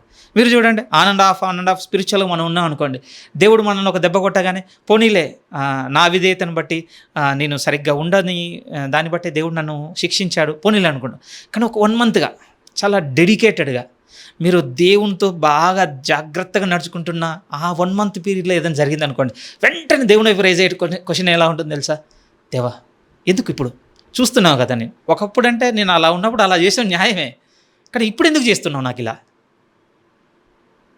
దేవుడు అంటున్న మాట కూడా ఇక్కడ మనం నేర్చుకోవాల్సింది, దేవునితో కావచ్చు, వర్క్ దగ్గర యజమానునితో కావచ్చు, దేవుడు గుర్తు చేస్తున్న మాట ఏంటి అని అంటే, మీరు న్యాయము చేసి శ్రమ పెట్టబడిన ఎడల సహించండి, ఏం కాదు, అది మీకు హితము. ఇంకొక వైపు వచ్చి చెప్తున్నాడు, దేవుడు దాన్ని పరిగణిస్తున్నాడు. ఒప్పుకోవచ్చు ప్రియమైన ఆర్లారా, ఒక క్రైస్తవునిగా మన కొలీగ్స్ అందరితో కంటే మనమే చాలా బెటర్గా, సిన్సియర్గా, అప్రైట్గా, జెన్యూన్గా, నిజంగా వర్క్ ఎథిక్తో మనం ఉన్నప్పుడు అండి మనమే హేళనకు, మనమే ఒక విధంగా నిందలకు, మనమే అన్నిటికీ గురవుతున్నాం అనుకోండి, అప్పుడు సహించమని అంటున్నాడు. ఎందుకంటే ఇప్పుడు మనుషులు నిన్ను గుర్తించకపోయినా నేను గుర్తిస్తున్నాను, అది నా దృష్టికి హితముగా ఉన్నది. అందుకన్నాడు, ఇందుకు మీరు పిలువబడితిరి. గుర్తు చేసింది కూడా ఎవరిని అంటే యేసుక్రీస్తు వారిని ప్రియమైన వాళ్ళ. ఈ కాంటెక్స్ట్లో ఇంకెవ్వరిని కూడా తీసుకొచ్చి చెప్పడానికి వీల్లేదండి, ఇంకెవ్వరు కూడా సరిపోరు, అంతే. మనం చూడగలం కదా సువార్తలలో, ప్రభు అండి వీళ్ళది దోచుకున్నాడండి అందుకని ఇలాంటి శ్రమ వచ్చిందండి ఆయనకు, ఒకటిని చదవగలమా? లేదండి వాళ్ళకు చాలా ఆరోగ్యంగా ఉండే కానీ పోతూ దారిన పోతూ వాళ్ళని దోచుకున్నాడండి, లేకపోతే గాయపరిచాడండి, లేకపోతే వాళ్ళకి నష్టం తెచ్చాడండి, లేకపోతే వాళ్ళలో ఒకరిని చంపేశాడండి, చదివామా? లేదు. ఎందుకంటే వీటికి అపోజిట్గా చేసిన ప్రతిసారి ఆయన మీదకి వచ్చింది మనకు తెలుసు ప్రియమైన వాళ్ళారా. స్వస్థపరిచినప్పుడు దెబ్బలు తిన్న విషయం ఉన్నది, నిజంగా ఆయన దేవాలయంలో ఆయన పని చేసుకుంటున్నప్పుడు, బోధించుకుంటున్నప్పుడు ఆయనను చంపడానికి వచ్చినవి ఉన్నవి, అన్నీ రివర్స్ ఉన్నాయి. కానీ ప్రభువు చూపించింది ఏమిటంటే దేవుని దృష్టికి హితముగా ఉన్నదని నడుచుకున్నాడు. అన్యాయముగా శ్రమ పెట్టబడినను ఆయన రివెంజ్ తీర్చుకోలేదట. కింద మాటలు అవే రాస్తాడండి. ఏమంటాడో చూడండి, 21, క్రీస్తు కూడా మీ కొరకు బాధపడి మీరు తన అడుగు జాడలేందు నడుచుకున్నట్లు మీకు మాదిరి ఉంచిపోయాను. కాంటెక్స్ట్ 4th థింగ్ మనకి ఇంకోటి ముఖ్యమైనది నేర్పిస్తుంది. కానీ ప్రభువును గుర్తు చేస్తున్న దగ్గర మనం చూడగలం ప్రియమైన వాళ్ళారా, ప్రభుకు మనకు పెట్టిన మాదిరి ఏమిటి అని అంటే, ఇలా మనం బ్రతుకుతున్నప్పుడు శ్రమ పెట్టబడతాము, అది కూడా గుర్తుపెట్టుకోండి అంటున్నాడు. నా దేవుడు నా పని విషయంలో ఇంత ఖచ్చితంగా నన్ను ఉండమంటున్నాడు, ఒక క్రైస్తవ విలువలతో ఉండమంటున్నాడండి. రేపటి నుంచి మనం బిగిన్ అవ్వగానండి, మనల్ని ఎవరన్నా అంటే అబ్బా ఎంత జెన్యున్ పర్సన్ బయలుదేరిందని ఎవరు మనకేమి మాలలేసి సత్కరించరు ప్రియమైన వాళ్ళ. రివర్సే జరుగుతుంది ఇంకా ప్రతిగా. కానీ దేవుడు ఏమంటున్నాడంటే, బాగా గుర్తుపెట్టుకో, నువ్వు అన్యాయం చేసి శ్రమ పట్టబడితే అదేదో గొప్పదనుకో, కానీ నువ్వు న్యాయంగా నడుచుకుంటూ కూడా నువ్వు శ్రమ నొందుతున్న ఎడల అది నా దృష్టికి హితము. ఇందుకు నీవు పిలువబడితివి. ఇక్కడ కొంచెం సున్నితంగా మనం ఆలోచించవలసిన విషయం ఉన్నది ప్రియమైన వాళ్ళారా. ఏ విషయం అని అంటే, ముందైతే ఒక అపాలజీ అడగాలండి మిమ్మల్ని. ఏ అపాలజీ అడగాలంటే, ఒక చర్చ్గా మిమ్మల్ని నేను సరిగ్గా ఇంపాక్ట్ చేయలేదనిపించింది ప్రియమైన వాళ్ళారా. పని చేస్తున్నటువంటి బ్రదర్స్ అండ్ సిస్టర్స్తో నేను మాట్లాడుతున్న మాట ఇది. నేను సరిగ్గా సంఘం యొక్క సంఘమును ఒక ప్రభావమైనదిగా మీ మీద ఇంకా చూపించలేకపోయాను. ఎందుకంటే మీరే నిజముగా ఒక సంఘంగా ఎదుగుంటేనండి ఆ సంఘం యొక్క వెలుగు మీ యొక్క పనిలో కనపడేది. ఇప్పటి వరకు నిజము సరిగ్గా మిమ్మల్ని తయారు చేయలేదు. ఈ లాస్ట్ 2 వీక్స్లో అండి ఒక 2 సేవకుల ద్వారా 2 బలమైన సత్యాలు నేర్చుకున్నానండి. ఒకటేమో ఈ పోర్షన్ వింటున్నప్పుడు ఒక సేవకునితో, ఇంకోటేమో ఒక బుక్ చదువుతున్నప్పుడు అండి ఎంత బలంగా తాకాయంటే, ఒక సేవకుడు ఏమన్నాడంటే, సంఘం ఏమన్నాడు అంటే రాజులు తయారవుతున్నారు అక్కడ అన్నాడండి ఆయన. చాలా వండర్ఫుల్గా అనిపించిందండి ఆ స్టేట్మెంట్. యాక్చువల్లీ నేను సామెతల కామెంటరీ చదువుకుంటున్నాను. అసలు ఎందుకు రాశారు సామెతలు అన్నప్పుడు ఆ సేవకుడు ఒక కొత్త ఆలోచన చెప్పాడు. ఏమన్నాడంటే, ఒక రాజు అంటే రాజులు ఎలా ఉండాలో వాళ్ళ ఏమన్నా వైఖరి లేకపోతే వ్యవహార శైలి అనుకోండి, ఒక రాజు అటిట్యూడ్ ఎలా ఉండాలో ప్రోవర్బ్స్ నుంచి చాలా నేర్చుకోవచ్చటండి. నన్ను బాగా తగిలిందండి. ఎందుకంటే ఈరోజు సంఘంలో మనం అందరం ప్రభు తరపున రాజులుగా తయారవుతున్న వారం ప్రియమైన వాళ్ళ. రేపు ఆయన రాజ్యంను చేపట్టిన తర్వాత అందరికి అప్పగిస్తే ఎలా పరిపాలించబోతున్నాం మనం? ఆయనతో ఆయన రాజ్యం అందు ఏ విధంగా ఎలా పోతున్నాం? రాజులైతేనే. అందుకోసమే నాకు చాలా నూతనంగా అనిపించింది ఆ చర్చ్ని. అరే న్యూ ఫేజ్ అసలు. అరే నిజమే కదా, ఇక్కడ ఎవరు కూడుకుంటున్నారంటే రాజులందరూ వచ్చి రాజులకు ప్రిపేర్ అవుతున్న ప్లేస్ అది. అది ఒకవైపు హైయెస్ట్గా అనిపడిందండి.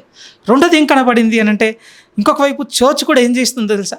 ఒక సరైన క్రైస్తవ పనివాణ్ణి తయారు చేస్తుంది సంఘము సమాజం కొరకు. ఒక సరైనటువంటి క్రైస్తవ పనివాణ్ణి తయారు చేస్తుంది సంఘం.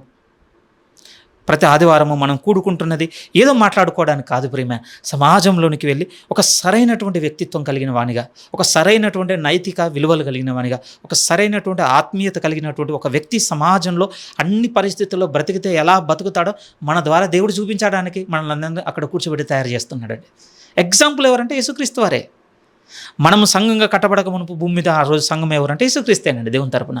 మీరు చూడండి, ఫ్యామిలీతో చూడండి, తన వర్క్తో చూడండి, సొసైటీతో చూడండి, అన్నాడు ఉన్నటువంటి అధికారులతో చూడండి, అన్నాడు ఉన్నటువంటి మత సంబంధమైన వాటితో అన్నిటితో ఆయన జీవితం మేళవించుకొని ఉంది. వేటికి దూరంగా వెళ్ళిపోయి లేడు ప్రియమైన వాళ్ళ. ఎలా ఉన్నాడు అంటే ఒక సరైనటువంటి సంఘముగా సమాజం మధ్య ఆ రోజు బతికాడు ఆయన. దానికి లేటర్ ఎడిషనే మనం అండి. ఈరోజు మనందరం సంఘంగా కూడుకొని దేవుడు మన జీవితంలో నడిపిస్తున్నది ఏమిటి అంటే, ఒక సమాజంలోనికి వెళ్ళిన తర్వాత మనం ఒక క్రైస్తవునిగా ఎలా బతకాలో సంఘంలో నేర్చుకుంటాం. అందుకని ముందే అపాలజీ అడుగుతున్నాను. ఎందుకనంటే నేను సంఘం యొక్క ప్రభావం మీ మీద సంపూర్ణంగా చూపించలేకపోయానండి ఇప్పటివరకు.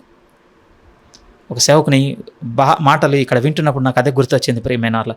ఎవరిని తయారు చేస్తున్నాను నేను అసలు చర్చ్లో త్రూ మై టీచింగ్? కొంచెం హెవీగా ఉన్న ఈ స్టేట్మెంట్ ఒప్పుకున్న బద్దునే నేను. ఎవరిని అసలు మీరు అక్కడ కూడున్న 3 గంటల తర్వాత ఇంటికి వెళ్ళగానే, మీ వర్క్ దగ్గరికి వెళ్ళగానే, సొసైటీకి వెళ్ళగానే అసలు మీరు ఎలా నడుచుకుంటున్నారు? అసలు మిమ్మల్ని ఎలా నడుచుకునేటట్టుగా నేను బోధించి అక్కడ మిమ్మల్ని కడుతున్నాను? చాలా ప్రశ్నలు నాకు నేను వేసుకున్నాను ప్రియమైన వాళ్ళ ఈ భాగం దగ్గర. ఎందుకంటే ఈ మాటలు గుర్తు చేస్తున్నాయి ఏంటంటే, మీరు సమాజంలోనికి వెళ్ళినప్పుడు గుర్తుపెట్టుకోండి, మీరు ఉపచారం చేయడానికి ఉన్నారు. అదే మీకు అలవర్చా? ఫెయిల్. అలవర్చకపోయి ఉంటే పోయి మీరే బాసులుగా, మీరే ఇంకా పైన యజమానులుగా, మీరే ఉపచారం చేయించుకునేవారుగా మీరు వ్యవహరిస్తున్నారంటే ఫెయిల్ అయిపోయింది చర్చ్. సరిగ్గా మేము ప్రిపేర్ చేయలేదు. ఎందుకంటే సరైనటువంటి క్రైస్తవ నమూనా కలిగినటువంటి క్రైస్తవుని బయటికి పంపలేదు మేము. రెండోది ఏంటంటే, ఓకే నా లైఫ్ సర్వీస్కి ఉందని బయటికి పోగానే నేను మంచోనికే ఉపయోగవుతాను, నా బాస్ మంచోడు అయితే అక్కడ ఉంటాను, మంచోడు కాకపోతే బయటకు వస్తాను, మళ్ళీ ఫెయిల్. సంఘంగా మిమ్మలను ఏ విధంగా సిద్ధం చేసి పంపించి ఉండాల్సిందంటే, మీరు అటు మంచివారికి ముష్కరులకు లోబడేటట్టుగా మిమ్మల్ని పంపించి ఉండాల్సింది బయటికి. అలా లోబడుతున్నప్పుడు శ్రమ వస్తుందని మిమ్మల్ని సిద్ధం చేసి ఉంచాల్సింది. ఆ శ్రమను భరించడానికి దేవుడు మిమ్మల్ని పరిగణిస్తున్నాడు. ఇవన్నీ నేర్పబద్దులము సంఘంగా. అందుకోసమేనండి చెదిరిపోయింది. కానీ పేతురు గారు తన మాటలతో మళ్ళీ సంఘానిగా మళ్ళీ రాస్తూ ఎంత చక్కగా రాస్తున్నారంటే, ఇలా నడుచుకోవాలి, ఇదే సత్యమైన కృప. మీరు శ్రమను ఎదుర్కొంటారు, మర్చిపోకండి, మన కొరకు శ్రమను అనుభవించిన మన ప్రభువే మనకు మాదిరి. అని అన్యాయముగా శ్రమ పట్టబడ్డాడు, కానీ ఏం చేశాడటంటే న్యాయముగా తీర్పు తీర్చి దేవునికి తనను అప్పగించుకున్నాడు తప్ప ఏది కూడా తన చేతుల్లోనికి తీసుకోలేదు. నేర్చుకోవాలి ప్రియమైన వాళ్ళ, ఇది మనం చాలా సీరియస్గా. ఎందుకంటే మన ద్వారా దేవుడు బయటికి కనపడుతున్నాడు అంతే. పూర్వపు సేవకుల చాలా కొటేషన్స్ చాలా బాగున్నాయండి. ఒక సేవకుడైన ఐ థింక్ లేడీ అనుకుంటానండి ఆవిడ, సేవకురాలు చెప్పిన మాట ఏమిటి అంటే, అంటే ఇప్పుడు సమాజం చూడడానికి దేవుడు కనపడటం లేదు, దేవుని క్రియలు ఎలా ఉంటాయో తెలియటం లేదు, దేవుడు మాట్లాడితే ఏం మాట్లాడతాడో కూడా సమాజం తెలియటం లేదు, దేవుడు చూస్తే ఏం చూస్తాడో కూడా. కానీ ఆ సేవకురాలు అన్న మాట ఏంటంటే, కానీ సమాజం నిన్ను చూస్తుంది, నిన్ను చూసి ఏం నేర్చుకుంటుంది అని అంటే, ఓహో దేవుడు చూస్తే ఇవే చూస్తాడు, దేవుడు మాట్లాడితే ఇలా మాట్లాడతాడు, దేవుడు చేస్తే ఇలా చేస్తాడు. ఎవరిని బట్టి? క్రైస్తవునిగా నిన్ను నన్ను బట్టి అట ప్రియమైన వాళ్ళారా. నిజంగా చెప్పండి, అదే మనం ఇప్పటివరకు సమాజంలోనికి తీసుకొచ్చి చూపించగలిగి ఉన్నామా? ఆ సేవకురాలు చెప్పిన మాటలు చాలా బలంగా తగిలాయండి. అరే ఏంటి అసలు నిజంగా అసలు ఇది కదా చూడవలసినటువంటి విషయం. అందుకోసమే ప్రభు అంటున్నాడు, మీరు బయటికి వెళ్ళి ముష్కర్లైన మీ యజమానులకు మీరు లోబడి ఉంటున్నప్పుడు మీ మీదికి శ్రమ వస్తుంది, కానీ గుర్తుపెట్టుకోండి, మీరు న్యాయంగా నడుచుకోండి, అయినను శ్రమ పెట్టబడిన ఎడల దేవుని దృష్టికి హితము గనక మీరు విడవకండి. అది 3వ విషయంగా గుర్తు చేశాడు. ఇక 4వ విషయం అతి లోతైంది. 4వ విషయం ఏం గుర్తు చేస్తున్నాడు అని అంటే, కొంచెం డిస్టర్బెన్స్గా ఉండొచ్చు, కొంచెం బేర్ చేయండి. ఒక 15 నిమిషాల్లో నేను ముగించేస్తాను. 4వ విషయాన్ని మనం చదవగలిగితే ఇక మళ్ళీ జాగ్రత్తగా 20 నుంచి చదవండి. 2వ అధ్యాయం 20 నుంచి.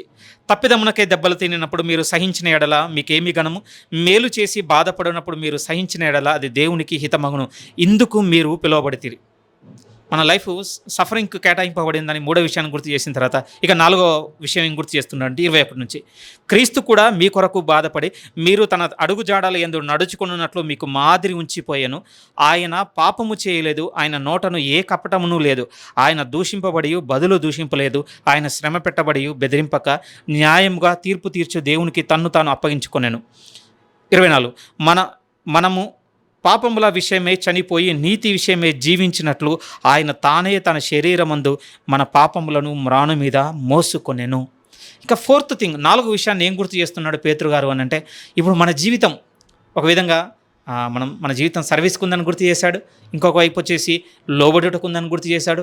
ఇంకొక వైపు వచ్చేసి ఆ లోబడుతున్న క్రమంలో శ్రమ పెట్టబడతామని గుర్తు చేశాడు. ఇక 4వ విషయాన్ని ఏం గుర్తు చేస్తున్నా అంటే, ఇప్పుడు మన జీవితం ఎందుకు పిలువబడింది అని అంటే, క్రీస్తుకు ప్రత్యామ్నాయముగా ఉండుటకు, సబ్స్టిట్యూట్ అంటాం కదండి. క్రీస్తుకు బదులుగా మనం ఉండుటకు ఇప్పుడు పిలువబడ్డాము. ఆ విషయాన్ని ఎంత చక్కగా రాస్తున్నాడంటే, ఒకప్పుడు క్రీస్తు మన నిమిత్తము సిలువలో మరణించి ఉన్నాడు. అదే చెప్పాడు కదండి ఆయన. మళ్ళీ 24 చదువుతున్నాను. మనము పాపముల విషయమే చనిపోయి నీతి విషయమే జీవించినట్లు ఆయన తానే తన శరీరమునందు మన పాపములను మ్రాను మీద మోసుకొనెను. ఆ రోజు ప్రభు సిలువ మీద భరించినటువంటి పాపముల భారమంతా ఆయనవి కావు ప్రియమైన వారలారా, మనవి. ఒక విధముగా మనం అర్థం చేసుకోవడానికి ప్రయత్నం చేయగలిగితే, ఆనాడు సిలువ మీద ఆ శిక్షను భరించుటకు మనము పాత్రలము, కానీ మనకు బదులుగా ప్రభువు దాన్నంతటిని భరించినాడు. ఎందుకు అనంటే, ఇప్పుడు పిలుస్తున్న విషయం ఏంటో తెలుసా? ఇప్పుడు మనం సమాజంలోనికి బయటకు వెళ్తున్నప్పుడు ప్రభువుకు ప్రతిగా ఇప్పుడు నేను బతుకుతానని గుర్తు చేయటకటండి. ఇది నన్ను చాలా మూవ్ చేసిందండి, చాలా అంటే చాలా మూవ్ చేసింది. ఆనాడు ప్రభువు నా కొరకు ఎందుకు చనిపోయాడంటే, నాకు బదులుగా ఆయన చనిపోయి ఉన్నాడు. ఎందుకనంటే ఇప్పుడు ఈ లోకమందు, ఇప్పుడు ఈ రక్షణ మార్గంలోనికి వచ్చిన తర్వాత ప్రభువుకు బదులుగా ఇప్పుడు నేను బతుకుటకు చక్కగా చెప్పి ఉన్నాడండి ఆ సేవకుడు. ఆ ఫ్రేజ్ అన్నమాట ఏంటి అంటే, ఆనాడు నా పాపములన్నీ తీసివేయుటకు ఆ రోజు ప్రభువు సిలువ ఎక్కి ఉన్నాడు.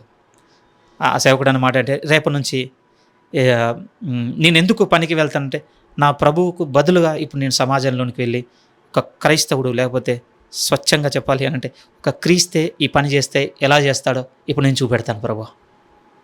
అది చాలా పెద్ద మాట అండి, కానీ అదే మన పిలుపు. అందుకోసం మీతో అన్నాను కదండి, ఇందులో చాలా నాకు ఎక్స్పీరియన్స్ కావాలి ప్రియమైన వాళ్ళ. బట్ ఎంత లోతైన భాగం అనిపించిందండి ఇదైతే. 4వ విషయంగా పేతురు గారు గుర్తు చేస్తున్న మాట ఏమిటి అని అంటే, ఎంత సఫర్ అవుతున్నారండి వాళ్ళు ఆ టైంకి. అలాంటి చర్చ్తో చెప్తున్నమాట, ఇంత బాగున్నాం కదా ప్రియమైన వాళ్ళారు, మనకెందుకు ఈ మాటలు దొరకటం లేదు, కోరుకోవటం లేదు ఏంటి? మనం దేవుని అడగటం లేదా? దేవా, ఒక క్రైస్తవునిగా నేను నడవలసిన వెలుగు ఏంటి, నేను ఎదగవలసినటువంటి ఆత్మీయత ఏంటి, ప్రార్థన చేసుకోనందుకైనా మనకు దొరకటం లేదు. చాలా బాధ కలిగిందంటే, చాలా సంవత్సరాలు కళ్ళ ముందు ఇట్లా పోతున్నాయి కదా మనకి. కానీ పేతురు గారు గుర్తు చేస్తున్న మాట ఏమిటంటే, ఇప్పుడు మనది ప్రత్యామ్నాయమైన జీవితము, మనది బదులుగా ఉన్న జీవితం. ఇప్పుడు ఎవరికి బదులుగా ఉన్నామంటే, క్రీస్తుకు బదులుగా ఇప్పుడు మనం బ్రతుకుతున్నాం ఇక్కడ మనం. ఎందుకంటే మనకు బదులుగా మన సంబంధించిందంతా ఆయన భరించి ఉన్నాడు, ఆయన వహించుకొని ఉన్నాడు, ఆయన తీసుకొని ఉన్నాడు కనుక ఆయనది ఇప్పుడు మనకిచ్చి ఉన్నాడు. అది ఎరిగి ఇప్పుడు సాగుదాం మనం. నిజంగా అండి, ఈ లెటర్ అందిన తర్వాత అసలు వాళ్ళు వీటిని యాక్సెప్ట్ చేసుకొని నిలబడ్డాయి. ఇంకొన్ని మాటలు వేరే పత్రిక ద్వారా మనకు ఉంటే చాలా గొప్పగా అనిపించిందండి. ఇవి అన్నీ చేరాల్సినవి మనకి. ఇవి మన హృదయాన్ని తాకిన తర్వాత మన జీవితం ఎంత పరివర్తనలోనికి వెళ్ళిందో మనకు అర్థం కావాలి ప్రియమైన వాళ్ళారా. నిజంగా మనం మారాలంతే, ఇంకా 2 డౌట్ లేదు.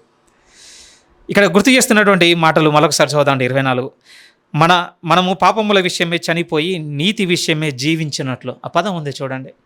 ఒకప్పటి కరుణాకర్ ఈ పనికి వెళ్తే చెడే చేస్తాడు, కానీ ఇప్పుడు ఒకప్పటి కరుణాకర్ కాదు ఈ పనికి వచ్చింది. ఇప్పుడు క్రీస్తు నందున్నటువంటి కరుణాకర్ కనుక ఇప్పుడు ఈ పని చేస్తే నేను నీతే చేస్తాను. నీతి విషయమే జీవించినట్లు. ఎందుకంటే మన చెడు విషయమే ఆయన చనిపోయి ఉన్నాడండి, అయిపోయింది. మనకు బదులుగా ఆయన తీసుకొని ఉన్నాడు. ఆయన ఆ రోజు మనకు సబ్స్టిట్యూట్. ఈరోజు మనం ప్రభువుకు ఈ లోకమందు ప్రత్యామ్నాయం ప్రియమైన వాళ్ళారా. నిజం చెప్పండి, నడుచుకుంటున్నావా? ఓకేనండి, గతం మనకు తెలియదు, గడిచిపోయిన దినాల్లో ఇలా ఆలోచించుకొని ఉండకపోయి ఉండొచ్చు, కానీ ఇప్పటి నుంచి మారదాం ప్రియమైన వాళ్ళారా. మన పనిలో మనం చూపించవలసిన వెలుగు ఎంతో గొప్పది. జీవితంలో ఒక వంతు ఉందండి, ఇది చిన్నదేం లేదు. మన అనుదిన వర్క్ లైఫ్ ఒక వంతు. దీని దగ్గర ఇంత ఆపర్చునిటీ ఉన్నప్పుడు, మన ప్రభు యొక్క వెలుగును మహిమను కనపరచుటకు ఇంత అవకాశం ఉన్నప్పుడు మనం దీన్ని దాటేస్తూ ఇది ప్రభువుకు సంబంధం లేదు, దీనివల్ల ప్రభువుకు వచ్చేటువంటి మేలేంటి, ఇది నాకు పరలోకం చేసే మేలేంటి, నేను ఇంకో దాని మీద ఉండాలి కదా, చేస్తే దేవుని సేవ చేయాలి కదా, ఉంటే ప్రీచర్ వర్క్లోనే. ఎందుకంటే నా బిగినింగ్ స్టెప్స్ అవి ఉండేనండి. ఎందుకంటే నాకు తెలియదు అసలు ఇక్కడ కూడా ఇంత వెలుగు ఉందని. ఇంకా ముందుకొచ్చి ఒక లోతైన మాట చెప్పమంటారా? అసలు ఇలాంటి నడవడిక ఉన్న వాళ్ళే ఏం చూడగలరట తెలుసా? క్రీస్తు యొక్క అడుగు జాడలు చూడగలరటండి. ఇలాంటి నడవడిక ఉన్న వాళ్ళు. ఈ కాంటెక్స్ట్లోనే ఉంది ఆ పదం, మీకు తెలుసా? క్రీస్తు కూడా మనకు మాదిరి ఉంచిపోయాను. ఏ భాగం దగ్గర చెప్పాడు? ఇంకోటి చెప్పొచ్చు, ప్రీచింగ్ దగ్గర, లేకపోతే హీలింగ్ దగ్గర, లేకపోతే ఇంకో దగ్గర. No, never. ఎక్కడ చెప్పాడు తెలుసా? పని దగ్గర చెప్తే ఏమంటున్నారు? మనకు మాదిరి ఉంచిపోవటకు ఆయన తన అడుగు జాడలను విడిచిపెట్టాడు. ఇందులో ప్రభు యొక్క అడుగు జాడలు కనపడుతున్నాయి ప్రియమైన వాళ్ళ. ఆయన మనకు ప్రతిగా మనదంతా ఆయన భరించి ఉన్నాడు. ఇప్పుడు మన మీద పెడుతున్నటువంటి బాధ్యత ఏమిటి అంటే, ఇప్పుడు నాకు ప్రతిగా సమాజం మధ్య మీద నిలబడగలరా? అలా నడిపింపబడ్డవారు ఏం చూడగలరు అని అంటే, ప్రభు యొక్క అడుగు జాడలు. ఆ మాటలు కూడా పైన ఉన్నాయి, చదువుదామండి. మళ్ళీ 23-24 నుంచి 21లో ఉంది కదా. క్రీస్తు కూడా మీ కొరకు బాధపడి మీరు తన అడుగు జాడల యందు నడుచుకున్నట్లు మీకు మాదిరి ఉంచిపోయాను. ఆయన పాపము చేయలేదు, ఆయన నోటను ఏ కపటమును కనబడలేదు, ఆయన దూషింపబడి బదులు దూషింపలేదు, ఆయన శ్రమ పెట్టబడి బెదిరింపక న్యాయముగా తీర్పు తీర్చి దేవునికి తను అప్పగించుకొనెను. మనం పాపముల విషయమే చనిపోయి నీతి విషయమే జీవించినట్లు ఆయన తానే తన శరీరం నందు మన పాపములను మ్రాను మీద మోసుకొనెను. ఆయన పొందిన గాయముల చేత, చూసారా, ఇప్పుడు మనకు వచ్చింది. ఆయన మనకు ప్రతిగా ఉన్నాడు, కానీ అనుగ్రహింపబడవలసినవన్నీ మనకు అనుగ్రహింపబడిన. ఈ స్పిరిచువల్ హీలింగా, ఫిజికల్ హీలింగా ఈ డిబేట్లోకి దిగదలుచుకోలేదని నేను రెండింటిని నమ్ముతున్నాను ప్రియమైన వాళ్ళారు. ఇక్కడ లేదు ఇక్కడ అసలు ఫిజికల్ హీలింగ్ లేదు. సరేనండి, ఆరోగ్యంగా ఉన్నవానికి ఏమవసరం ఉంటుంది చెప్పండి? ఫిజికల్ హీలింగ్ గురించి అనారోగ్యంతో బాధపడేవానికి బాగా తెలుస్తుంది ప్రియమైన. నేను ఇప్పుడు ఆ ఫేజ్లో ఉన్నాను. I love this person. లేదు ఇప్పుడు నాకు ఏ అనారోగ్యం లేదు కనుక ఈ వాక్యంలో నాకు ఆత్మీయ అర్థమే కనబడుతుంది. ఇక్కడ పాపం అనే రోగం గురించి మాట్లాడాడు తప్ప భౌతిక స్వస్థత గురించి కాదంటే నీకో దండం. సరే, నువ్వు ఒక వెలుగులో ఉన్నావంటే నడుచుకో. ఎందుకంటే ఒకప్పుడు నేను ఆ వెలుగులో నడిచాను, అప్పుడు నాకు అనారోగ్యం లేదు. నా ఫ్యామిలీలో కూడా మదర్ హెల్దీగా ఉండే, ఫాదర్ హెల్దీగా ఉండే, సిబ్లింగ్స్ అందరూ హెల్దీగా ఉండే, బాగుండేను దినాలు. అప్పుడు ఇందులో ఫిజికల్ హీలింగ్ లేదు, స్పిరిచువల్ హీలింగ్ అనగానే ఓకే అని వెంటనే కొట్టేశాను. అనుభవం కొన్ని నేర్పిస్తుంది కదండి. అనుభవం నేర్పించేటువంటి పాఠాలు, స్థిరమైన పాఠాలు ప్రియమైన వాళ్ళు ఇప్పుడు బాగా తెలిసిందండి. ఒక మనిషి జీవితంలో దేవుని అనుగ్రహం దొరకడం ఎంత కష్టం అని సఫర్ అవుతున్నప్పుడు, అందుకోసం పూర్ణమైన విశ్వాసం ఏర్పడింది. అందుకోసం ఇది ప్రభు స్వార్థలో వాడుతున్నప్పుడు నిజంగా రోగములను స్వస్థపరిచిన దగ్గరనే వాడాడు ప్రియమైన వాళ్ళ. మత్తయి సువార్త 8లో మనకు కనబడుతుంది. యెషయాలో ఉన్నటువంటి ప్రవచనం అండి ఇది. ఇక్కడ మళ్ళీ పేతురు గారు మాట్లాడుతున్నారు. ఓకే, ఇక్కడ పేతురు గారు మాట్లాడుతున్నారంటే మరి ఫిజికల్ మీనింగ్ లేదు. ఐ అగ్రీ, ఉంది ప్రియమైన వాళ్ళ. ప్రభు కూడా లూకా సువార్తలో అంటాడు కదా, తన దగ్గరికి వచ్చినటువంటి శాస్త్రుల పరిచయాలతో వాళ్ళ నీతిమంతులను చూసి, ఓకే, రోగం కలిగిన వాడికి వైద్యులు అవసరం తప్ప ఆరోగ్యం కలిగిన వాడికి వైద్యం అక్కర్లేదంటాడు. అక్కడ మాట్లాడిన దాంట్లో వాళ్ళ పాపముల గురించి మాట్లాడు. అగ్రీ, కానీ బోత్ సైడ్స్ ఉంది. ఒక సైడ్ వాళ్ళు ఇంకో సైడ్ని కొట్టేయడానికి లేదు, ఇంకో సైడ్ వాళ్ళు ఇంకో సైడ్ని కొట్టేయడానికి లేదు. బట్ మెయిన్ ఎసెన్షియల్ ట్రూత్ ఏంటో తెలుసా? ఈ కాంటెక్స్ట్లో మనకు ప్రభు ప్రతిగా చేసిన దాన్ని బట్టి ఇప్పుడు మనం పొందుకున్నాం. ఇప్పుడు మనం ప్రతిగా ప్రభుకు బతకాలన్నటువంటి పిలుపు ఉందనేది మెయిన్ థీమ్ అండి ఇక్కడ. అవన్నీ సబ్ ఆర్గ్యుమెంట్లు ఉంటాయి, వదిలేయండి. కానీ మనం చూడవలసిన వెలుగు ఏంటంటే, ఓకే, ఆ రోజు నాకు బదులుగా నా జీవితం ప్రభు భరించి ఉన్నాడు. ఎందుకంటే ఇప్పుడు ప్రభువుకు బదులుగా సమాజంలో ఆయన జీవితం నేను భరించుటకు. ఇలా వింటున్నప్పుడు అండి, ఓకే, ఇంటి దగ్గర ఉండి ఒక గదిలో ఉండి నాకు చెప్పడం సులువే. చెప్పడం చాలా సులువేనండి. Practical life మీకుంది. బయటికి వెళ్ళడం, ఒక బాస్ ఉండడం, పని ఉండడం, అది దానికి టార్గెట్ ఉండడం, అది చేయకపోతే మన మీద తిట్టడం, చేస్తే ఎంత చేసినా కూడా దాన్ని అప్రిషియేట్ చేయకపోవడం, గ్రోత్ లేకపోవడం, లేకపోతే నష్టం అవ్వడం, మనల్ని కాదని ఇంకొకరికి ఆపర్చునిటీస్ వెళ్ళడం, మనం జెన్యూన్గా చాలా చాలా నిబద్ధతతో పనిచేసినా కూడా మనకు గుర్తింపు ఇవ్వకుండా వాళ్ళకు అనుకూలంగా వారికి ఫేవర్గా ఉన్న వాళ్ళకి గుర్తింపులు ఇవ్వడాలు, వాళ్ళని ఎదిగేయడాలు, ఇవన్నీ ఎదుర్కొంటున్నప్పుడు వెరీ హార్డ్ అండి. I agree. అందుకోసం ప్రేమ కన్క్లూజన్ 25వ వాక్యం ఏంటో తెలుసా అండి? 5వ స్టేట్మెంట్ చెప్తున్నప్పుడు పేతురు గారు అన్నమాట, ఇది మన వల్ల అవ్వదు కనుకనే ఇప్పుడు మనకు ఒక కాపరి అవసరం అని ప్రభు అయిన యేసుక్రీస్తును గురిగా చూపెడుతున్నాడు ప్రియమైన వాళ్ళు. ఆయన అవసరం మీకు. నిజంగా పని దగ్గర ఈ వైఖరితో నడవడం అనేది అంత చిన్న విషయం కాదు ప్రియమైన వాళ్ళు. సాక్షాత్తు ఎంత అనంటే ప్రభువే మళ్ళీ మన జీవితంలో బతకాల్సినంత అవసరం ఇక్కడ. మీరు ఆలోచించారు, మిమ్మల్ని నన్ను ప్రభువు చేసినటువంటి శిలువ త్యాగం చేయమన్నాం అనుకోండి, అవుతుందా? ఇంపాసిబుల్ అండి. అసలు మన వల్ల కాదు ఊహించుకోవడానికి. అసలు భూమి మీద ఏం లేదు, ఏ నరుడు కూడా లేదు ఆయన్ను రీప్లేస్ చేయనీకి. ఎగ్జాక్ట్లీ అండి. పని దగ్గర కూడా ఒక క్రైస్తవ విలువలతో మనం బ్రతకడం అనేది కూడా అంత ఇంపాసిబుల్ కనుకనే 25వ స్టేట్మెంట్ పేతురు గారు అన్నది, ఇప్పుడు మనకు ఒక కాపరి అవసరం. అందుకోసం అధ్యక్షుడు ఆత్మల ప్రధాన కాపరి అయిన యేసు వైపుకు మళ్ళీ ఉన్నారు. ఆ స్టేట్మెంట్ దగ్గర మనం నేర్చుకోవాల్సిన బలమైన విషయాలు ఏంటి అంటే, ప్రభువును మన జీవితంతో అన్నిటి దగ్గరికి తీసుకెళ్ళడం అండి. మార్నింగ్ లేచామా, ఉదాహరణ చెప్తున్నాను, యాజ్ ఎ ప్రీచర్గా నేను ఉన్నాను అనుకోండి, ప్రతి ప్రసంగానికి ప్రతి వాక్యపు అనుకరణకు ఎన్నిటి దగ్గర బెగ్ చేసుకుంటూ ఉంటానండి. ప్రభు ఇది నువ్వే వేయాలి వెలుగు, నాకు ఇలా అర్థమవుతుంది, ఇంకొకలా వినపడుతుంది, ఇది ఈ రెండింటి మధ్య నాకు చూపించి గోజాడుకుంటాను. నేను ఏదైతే నడుచుకుంటున్నాను నా పని దగ్గర, మీరు మీ పని దగ్గర, మీరు ఆఫీస్కి, ప్రభువుని తీసుకెళ్ళడం ప్రియమైన అన్నిటినీ ఆయన ద్వారా, ఆయన మన యందుండి ఆయనను చేయమని అడుగుట. అదే కదండి సబ్స్టిట్యూట్ అంటే. ప్రభు కూడా, పేతురు గారు కూడా అదే గుర్తు చేస్తున్నాడు. ఇలా నడుచుకోవడం కష్టము కనుకనే ఇప్పుడు మనకు ఎవరి సహాయం అవసరం అంటున్నాడంటే, ఒక అధ్యక్షుడు మనకు కావాలి, ఒక ప్రధాన కాపరి కావాలి, మనకు ఒక కాపరి ఆయనే వీటన్నిటినీ మన యందుండి మేనేజ్ చేయగలడు, మనల్ని చేసేటట్టుగా నిలబెట్టగలడు. 5 థింగ్స్ ప్రియమైన వాళ్ళ. మొదటిది ఏమంటున్నాడంటే, మన జీవితము ఉపచారము, సర్వీస్ లైఫ్ అని గుర్తు చేస్తున్నాడు, లైఫ్ ఆఫ్ సర్వీస్. సెకండ్ది ఏంటంటే లైఫ్ ఆఫ్ సబ్మిషన్, లోబడుటకు పిలువబడ్డాం, ముష్కర్లైన వారికి, మంచి వారికి. థర్డ్ థింగ్ ఏమన్నాడంటే, ఒక విధంగా లైఫ్ ఆఫ్ సఫరింగ్. బాగా గుర్తుపెట్టుకోండి, అన్యాయం చేసి దెబ్బలు తింటున్నామంటే గొప్ప అనుకోకండి. న్యాయంగా నడుచుకొని శ్రమ పెట్టబడుతున్నామంటే క్రీస్తు వైపు చూడండి, ఆయన అడుగు జాడలు దొరుకుతున్నాయి మనకి. సంతోషంగా అడుగులు వేద్దాం, ఎందుకంటే తండ్రి దృష్టికి అది హితముగా ఉన్నది. ఆయనకు అప్పగించుకుందాం, రేపు ఆయన ప్రతిఫలం ఇచ్చును. ఫోర్త్ థింగ్ ఏమిటి అని అంటే, ఒక విధంగా ప్రభువుకు బద్దులైనటువంటి జీవితంలోనికి పిలువబడి ఉన్నాం, ఆయనకు సబ్స్టిట్యూట్గా ఉన్నాం ఇక్కడ మనం. ఒక విధంగా ప్రభు వీటిని హ్యాండిల్ చేస్తే, లేకపోతే వీటిని జరిగిస్తే ఇప్పుడు ఎలా జరిగిస్తాడనడానికి ప్రత్యామ్నాయం మనం. మన ఎందు లోకము దాన్ని చూడాలి ప్రియమైన వాళ్ళ. మీరు చెప్పండి, యేసుక్రీస్తుని మనం ప్రశంసించిందా లోకం? అలా లోకం ప్రశంసించటం లేదు కనుక అంటే అంజిస్తూ ఉన్నాడా, అన్యాయంగా మనం ప్రవర్తించడా ప్రభు? నో, నెవర్ ప్రియమైన వాళ్ళ. ప్రభు కనుక చేసి ఉన్నాడు. ఎగ్జాక్ట్లీ మనతో కూడా అదే అంటున్నాడు. ఇప్పుడు నేను మిమ్మల్ని ప్రభు అన్నమాట, బాప్తిసం ద్వారా ఆయన మనకు ధరింపబడి ఉన్నాడు. నేను మీ అందు ఉన్నాను కనుక గుర్తిస్తున్నారు, గుర్తింపు రావటం లేదు, ఏదో ఉంది, ఇదంతా కాదు మీ డ్యూటీ. మీ డ్యూటీ ఏంటంటే, నేను దీన్ని ఏ విధంగా చేస్తే అలా చేయడమే మీ డ్యూటీ. అందుకోసమే నీతి విషయమై జీవించున్నట్లు, ఆ పదం ఉంది మన కొరకు 4వ దాంట్లో, నీతి విషయమై జీవించినట్లు. ఇది మన ఓన్ ఎబిలిటీ, మన శక్తి సామర్థ్యంతో అవ్వదు కనుకనే అధ్యక్షుడును ప్రధాన కాపరైన యేసు వైపుకు మళ్ళండి. ఓకే, ఒప్పుకుంటాను ప్రియమైన వాళ్ళారా. ఇప్పటివరకు మన పని ఏరియాలో మనం ప్రభుని తీసుకుపోయి ఉండొచ్చు. ఎస్, ఎందుకంటే అక్కడ మనం సరిగ్గా లేం కనుక ఎవరైనా తీసుకుపోవద్దు ప్రభుని కదా. బట్ ఇప్పుడు సరిగ్గా ఉండాలని నిర్ణయం తీసుకుంటే మాత్రం కరుణాకర్గా నేను వెళ్తే ఆ పని చేయలేను ప్రియమైన వాళ్ళారా, మీరు చేయలేరు. మనతో ప్రభు రావాలి. ఒకసారి వెనక్కి వెళ్ళి ఆలోచించుకోండి. ప్రీవియస్గా ఇప్పటివరకు మనం పని దగ్గర అసలు ఒక క్రిస్టియన్గానే వెళ్ళామా పనికి, లేకపోతే మనకు మనంగా వెళ్ళామా? ఒకవేళ మనకు మనంగా వెళ్ళాగా తెలిసింది అని అంటే, ఈ రోజు నుంచి విన్నదాన్ని బట్టి రేపు నుంచి ఒక ఎక్సర్సైజ్ ప్రియమైన ఆర్లర్. ఇక ఎవ్రీ వర్క్ టైం, అది ఏ పని అయినా కావచ్చు, ఎలాంటిదైనా కావచ్చు, physical, spiritual, family, out, anything, మనకు ఉండవలసిన గురి ఏంటంటే ప్రభువును మనతో తీసుకుని వెళ్ళుట, మనతో ప్రభువును కలిగి ఉండట ప్రియమైన ఆర్లర్. ఆయన వల్లనే హ్యాండిల్ అవుతుంది ఒక క్రైస్తవునిగా పనిలో నడుచుకుంటుట. ఇక 3rd చాప్టర్లో అండి ఇంపార్టెంట్ పోర్షన్ స్టార్ట్ అవుతుంది ప్రియమైన ఆర్లర్. కొంచెం ఫ్యామిలీ టీచింగ్ చేయబోతున్నారు పేతురు గారు. ఇంకా చాలా లోతుగా ఉంటుందండి. నేను ఒకటే కోరుతున్నాను, సంఘమైన మిమ్మల్ని ప్లీజ్ ప్రార్థన కలిగి ఉండండి. వచ్చే వారం సిద్ధపడదాం. దేవుడు మనకు తోడుగా ఉండి నడిపించను గాక.